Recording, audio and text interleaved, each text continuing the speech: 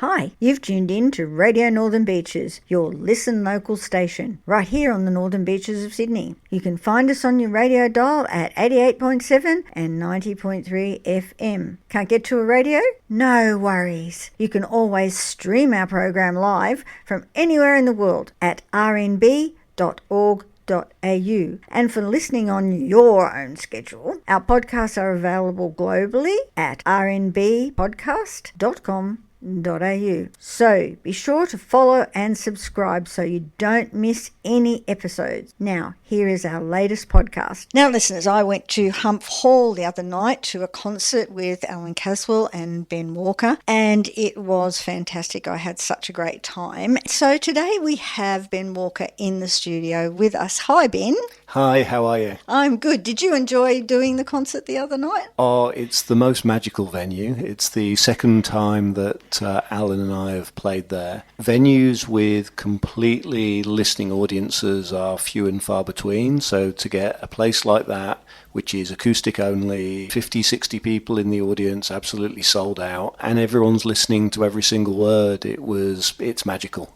Well, the songs were really worth listening to. The stories in the songs. Allan Caswell, if you don't know Allan Caswell, he is a most famous songwriter and guitarist, and we'll talk about him another day because today is about Ben. The performances of both of them were just brilliant that night. So today we're talking to Ben a little bit about his music. I'm not going to go into his background too much because I want to bring him back another day and talk to him about how he got into music, etc. Tell us a little bit about what happened with the Ben Walker and Allan Caswell combination. How did that come about? I've always loved Allan and his writing. When you've got a songwriter who has 975 songs to his name or cuts on songs, as a musician you can't but fail to know about him. And I got the chance to go to a songwriters retreat up in the Blue Mountains, and it was a couple of years ago, and it was a tough year for me. In April of that year, I'd found out that my mum, who is based in the UK, had Alzheimer's. Amongst other things, I'd spent the year trying to come to terms with that a little bit, and as a songwriter, I come to terms with things by writing about them. And I tried a few times to write a song and express my feelings, and every single time I burst into tears. Anyway, I ended up at this event in the Blue Mountains, and I was lucky enough on the Sunday to be put into a group with a couple of really great songwriters, a lady called Beth Lucas and a guy called Stephen Dobson, and our facilitator was Allan. And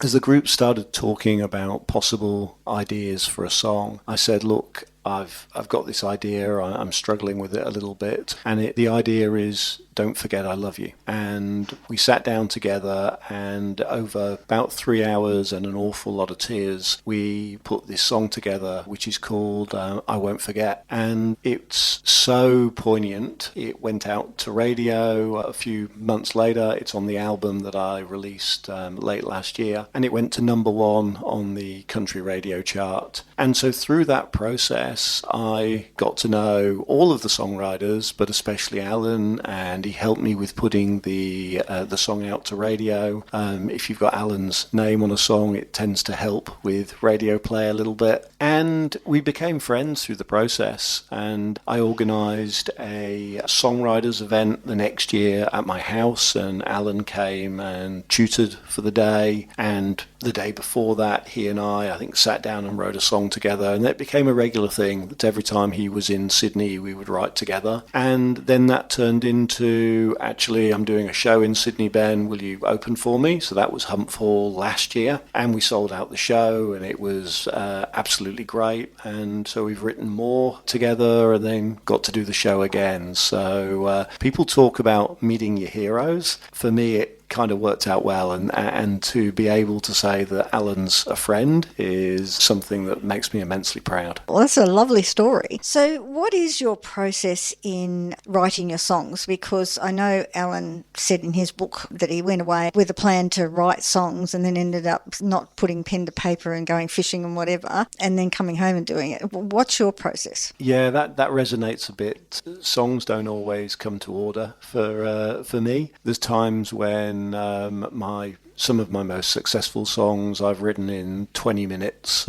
under pressure because I had to produce something. And then I've gone months recently with doing a lot of co-writing, but really struggling to write on my own. And what I try and do, if I'm in a co-write, I've got a reputation of turning up with a book, which will have lots of just phrases, comments, things that come to mind, things people say. I wrote a song a little while ago with Kelly Cork, and I turned up to the right and I only had, I think, 2 things written in my book because I'd used a lot in a previous song a few days earlier. And he said, "Oh, what have you got?" And one thing, I don't remember what it was, and the other was ghosts and heroes. And we ended up writing an entire song about ghosts and heroes. More recently, I was determined to write something on my own, and I sit down, I download first. Some would call it journaling, but it's just trying to get everything that's in my mind out. And that was all I did on day one. And then I walked away, came back to the list the next day, and decided that I hated all of it. But for some reason, reading through all those different things started me thinking about a holiday to the Bay of Islands that my wife and I went on a couple of years ago. So then you go through that process again, but now you've got a topic. So I write down everything about that holiday. And within that, I look for something that might be a bit of a hook. And then I'll start to play with that hook, with that first line with the guitar. That will either tell me that the song's going nowhere, or it will lead me to the next line. And then ideally, in a perfect world, you'll end up with a chorus out of that. You'll know where the song's going. You might then write a bit of a plan down, or at least know where you want to take it, and then go from there. So that was the most recent song I wrote, called Boat Time, which once I got going, I wrote the whole thing probably in an hour, maybe an hour and a half. There was a lead-up process to it, and then I record myself, walk away, come back the next day, decided I liked the lyrics and I hated the harmony. So I started again with the harmony, but now I was pretty set on the lyrics. And then at the end of the next day, couple of days, you end up with a song. It's a bit of a process. It's a labour of love. It can work different ways with different people, but certainly the last song, that's how it came about. It always fascinates me with songwriters how you can get lyrics and pick up a guitar and put a tune to it that's not the same as the last tune you had. It's fascinated me how you do that. So that's got to be a process in itself. It fascinates me how the different tunes come to the lyrics that you bring up. Do you have any secret to that? A love of guitar, a love of melody and of exploring different things. And I've worked in the last year quite hard on my guitar playing with an idea. There's always somewhere to go and a bit of an expression of, well, how's the guitar going to tell this story without the lyric? And that's probably one of the biggest things I've learned over the years is the song has to tell the story without the lyric, and the lyrics have to sing without the music. Oh, that's fascinating. And if you can put the two of those things together, Allan often talks about lyrics on a page should sing. And so sometimes, certainly in the early years of writing, I would write lyrics. They were saying the right thing, but the words weren't singing. You're just choosing words that don't sing well, don't fall off the tongue. So that's a big thing. And then, of course, the chords you pick, but also the way that you express the instrument, that has to bring the story across as well. Well, you do that so well. You really do. You've got a little one in your life. Yes, two of them. Tell us about them. So Charlie and Harry. Charlie is 11 years old. He is cricket mad, would go to the opening of an envelope if it involved cricket. Harry is 8 years old. Harry likes noise, making lots of it, plays the euphonium, likes his cricket, loves his soccer, and the two of them are just learning about and exploring life. It's pretty chaotic, our place, but I wouldn't have it any other way. My wife does the most amazing job of keeping us all happy and in line. I remember I came down from my studio. I was working on something, this was quite a few years ago, and I said to my wife, Kath, so I'm working on a song. Charlie's out in the garden practicing his cricket. Harry is reading a story. What's Mum learning? And she turned to me and she said, patience. I'm learning patience. That's a good mum answer. Definitely a good mum answer. Oh, that's wonderful. do they stick around when you play music, or do you have a family music time? Or They love the music. I'm told at some point I will no longer be cool, but right now they'll come in if I'm practicing or writing. Charlie plays drums. He's played with me on stage live at Tamworth Country Music Festival, which was pretty cool. Yeah.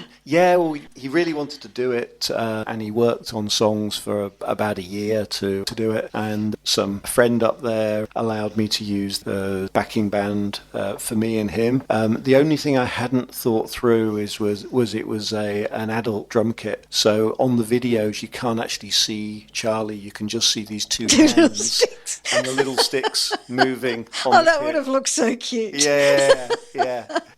Something out of the Muppets, I think. Yeah. But he did brilliant doing that. Harry, as I say, he told us the morning he went to school to pick an instrument for the school band. He told us he was either going to play drums or electric guitar, and he came home with a euphonium. So I'm still not sure how that process worked, but he's enjoying that. And how's he doing? He's doing fine. The songs are starting to sound like songs, which that's cool. Yeah, exactly. First year of an instrument, it doesn't matter what age you are. It takes a while for that to happen. So, it does. Yeah, so they like the music. Enjoy coming to the shows. They are my best merch salesman, because people don't want merch, and then they see an 11-year-old or an 8-year-old trying to sell them something somehow. And I would buy it. Yeah, you can't help yourself, can you? That's right. Yeah, just exploring different things. And I came home from work the other day, and I wasn't in the best of moods. And by the time you've had dinner with the family and they've told you their crazy stories about silly things that have happened during the day, actually you're in a different headspace. So it's rather nice. Children are wonderful that way. That's right. Now, you're originally from the UK, but you call the Northern Beaches your home now. That's right.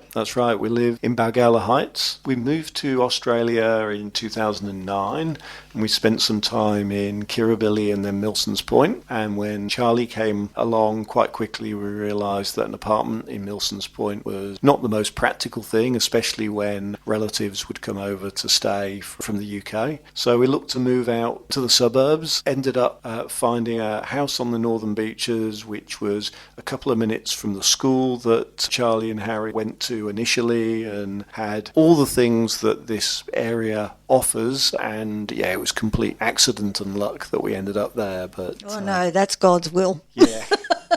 That's definitely God's will. So welcome to the Northern Beaches. We love having you here. Thank you very much. Thank you. When you played the other night, I said to you after the concert that I had discovered one of your songs prior to coming to the concert, and I had played it. Mm-hmm. And I kind of wondered where you got the ideas from. I'm the baby boomer generation, so I can see what you're talking about. But how did you get to that? So you're talking about Time Machine. Yes, I am. So interesting. We started the conversation talking about Allan, because this was a me and Allan co-write. So we have a bit of a routine now. Allan and I will write probably on a Friday afternoon, because he comes down on the Thursday. He grew up on the Northern Beaches, Allan did, and so he's got a lot of family here. So he'll come down on the Thursday, he'll see the family, he'll do some things Friday, we'll write Friday afternoon, and then he'll go off and do his family things. If we've got a show, we'll do the show, whatever it may be. And so he'd come to my house, and Allan has a soft spot for a Guinness. So I make sure I've got some Guinness in, and we were sat at the kitchen table, we're having a beer.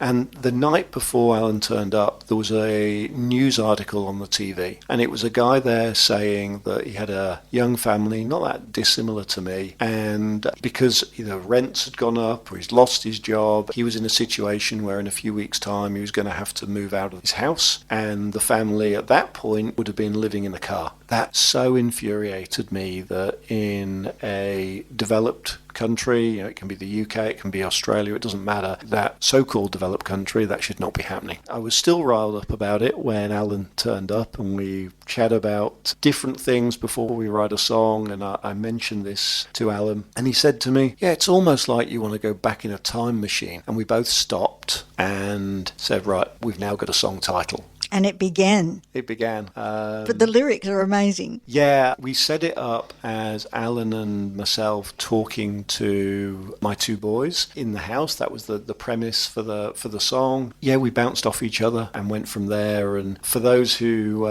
know, I do music professionally, but I'm also a data specialist, and so I work in the corporate world. And so Alan was determined to get some things into the song about artificial intelligence and things that I would be very slightly uncomfortable singing on stage. So we had some fun with it. Well, I love that song. I can relate to it so much, as many of you baby boomers out there will. Ben, it's been an absolute pleasure having you in here, and thank you so much for playing for us. And I know that you'll come back and talk to us again. I would love to, and thank you so much for the opportunity. It's great to play some songs live, and it's wonderful to be invited to talk to the community like this as well. Thank you. You're welcome. We'll talk again. Now, during this interview, Ben played several of his songs for us in the studio. So if you'd like to hear the music, pop on to mixcloud.com/Chrissy Mack 123, and you can listen to the whole program, including the music Ben played us live in the studio. Also, Ben has just released his new music video on YouTube, so check it out. It's called Boat Time. Australia, the lucky country. We've got meat pies. We've got the world's best beer. But most importantly, top of the list, we've got Radio Northern Beaches 88.7, 90.3. Now hitting the entire world on www.rmb.org.au.